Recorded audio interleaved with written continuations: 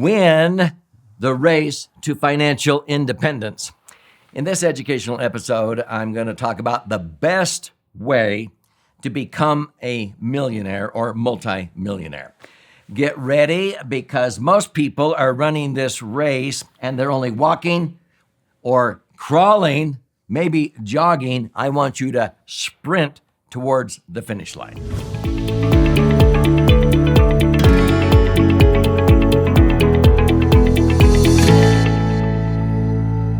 So I'm Doug Andrew. I've been a financial strategist and retirement planning specialist now for nearly 5 decades, helping people optimize assets and minimize taxes. Now, in this episode, I'm going to talk about asset optimization retirement strategies, and I'm going to compare 5 different ways that most people save for retirement.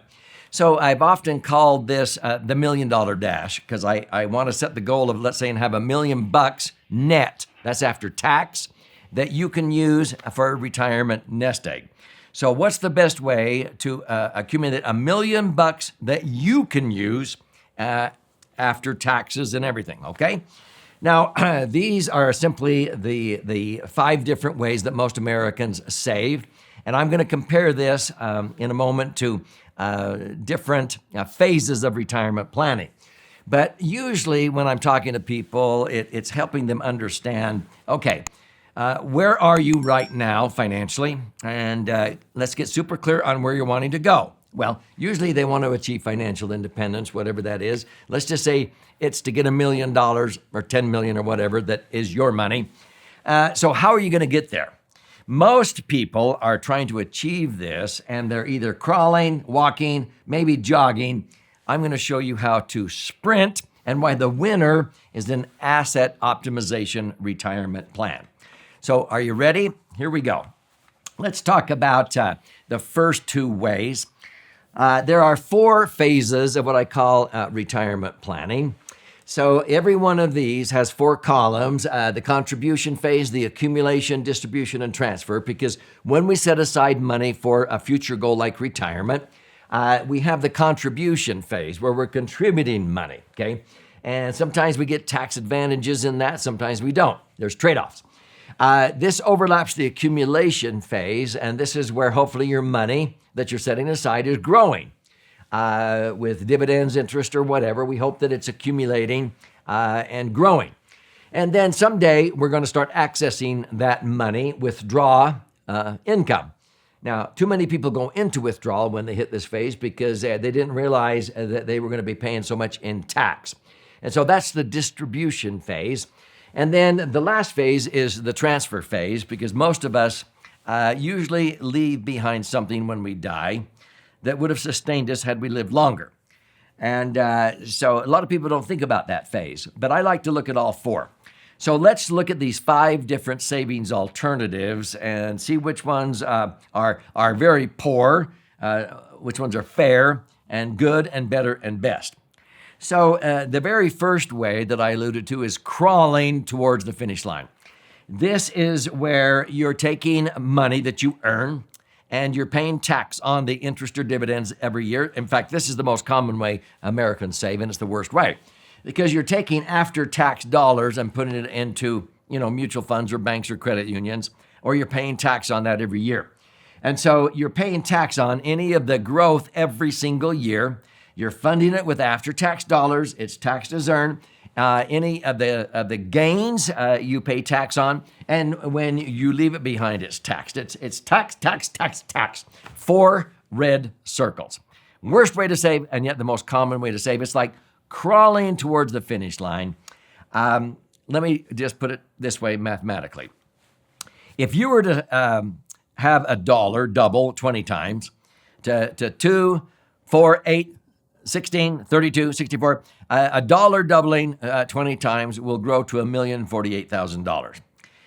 But if it's taxed as earned in a 25% tax bracket, a dollar doubles to $2, you pay tax of 25 cents. You now only have $1.75. If that $1.75 doubles to $3.50 and you pay tax on that, guess what you'll have instead of $1 million? $72,000.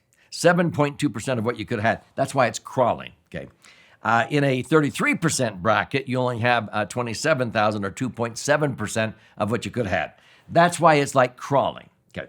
Now, the next best way would be walking. Now, I wouldn't recommend this one either. Why would you want to walk to the finish line? This is where you take after-tax money and you put it into a tax-deferred account like an annuity, okay? Now, an annuity is simply a savings account with an insurance company. Your money is tax-deferred, but when you turn on the income, it's now taxable, and it's taxed LIFO, last in, first out. Simply put, if you were to put, $500,000 into an annuity, and you started to turn on income, let's say 10%, most annuities are not earning that.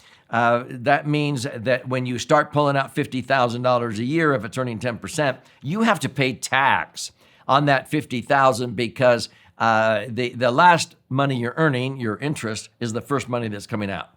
Only if you were to dip into the principal would that be tax-free, because you are now dipping into the principal. That's LIFO tax treatment, and most annuities are taxed LIFO. So you're funding that with after-tax dollars. It's accumulating tax-deferred, but as soon as you turn on income, it's now taxed, and it's taxed when you transfer it to your heirs, maybe with estate tax, or they have to pay income tax on any of the growth, okay? So that's only one green circle, and that's why I call it like walking around the racetrack, and I can show you this mathematically. It's better than this one, but it's not by far a good or better or best way. So let's go to the next way. This would be like jogging around the racetrack to that goal of financial independence. This is where most Americans, I think, are duped into taking pre-tax dollars and getting a tax break on the seed money, so to speak. If you were a farmer and you had the choice of buying your seed in the springtime and you didn't have to pay tax, but you plant, you cultivate, you irrigate, and later on in the fall you harvest your crops, and now you agree to pay tax on what you sell your harvest for. That's a traditional IRA or 401k. This is where you're putting in pre-tax dollars or tax-deductible contributions to an IRA. It accumulates tax-deferred, but then later, when you start taking out the income, it's now taxable. If you had $1 million nest egg and it's earning 10%, you pull out $100,000, you pay tax of 25%, $25,000, you're only netting $75,000. In a 33% bracket, you're only netting $67,000. Well, if you need $100,000 net after tax to buy gas, groceries, prescriptions, and golf green fees, you have to pull out 50% more money in a 33% bracket. Did you get that? You have to pull out $150,000. Pay tax of a third, 50, to net $100. $1 million nest egg will be totally gone, drained dry in 11 years. So you get two green circles. That's like jogging with the wind at the back at the beginning of the race. But now you've got to pay tax on the back end, and that's why people outlive their money, because they're paying tax during their golden years, and they thought they were going to be in a lower bracket, and they're not, and they usually killed a lot of their deductions along the way. And because of irresponsible government spending and the printing of money, Congress keeps raising taxes. They tax the people who have the money. That's these people, okay? So that's jogging with the wind at the back at the beginning of the race. You get a tax break on the contributions, but during the distributions, now you're running against the wind.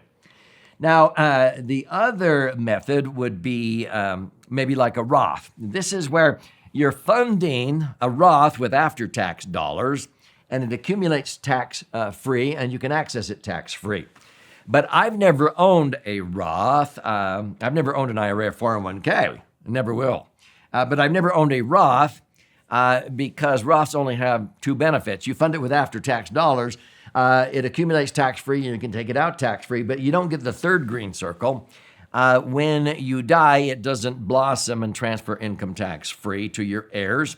What I mean by that is my favorite vehicle, which is an MFTA, Max Funded Tax Advantage, Section 101A alternative. That's a section of the Internal Revenue Code that allows you to leave behind the money tax-free, and it blossoms. I'll simply say it this way. If I died in an accident tomorrow, every million I would have in my Max Funded Tax Advantage insurance contracts, structured correctly and funded properly, if they are structured correctly, They are deemed what I call a laser fund, and I'm going to gift you a copy of this book at the end of this episode so you can learn more about this. And so it means that it would blossom. Every million I would have in my portfolio of laser funds would blossom to about 2 million and transfer tax-free to my heirs when I die.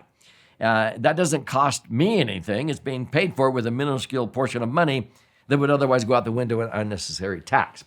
And so by using the laser fund, I get 3 green circles. 3 green circles is better than 2 or 1 or none, okay? Now, what I'm talking about here is sprinting towards the finish line. And you do that by getting 4 green circles. Now, 4 green circles means that many times as a tax strategist, I've helped people maintain or resurrect tax deductions that they have been killing by getting out of debt the wrong way, sending extra principal payments against their mortgages or whatever, or by resurrecting deductions on their rental properties and learning how to make 3 times the amount of interest than you're paying net after tax on a mortgage and so forth. This is employing the 3 marvels of wealth accumulation I talk about on this channel: compound interest, tax-free accumulation, and safe positive leverage, the ability to own and control assets with very little or none of your money tied up at risk in that asset. So these are strategies where you can have 4 green circles.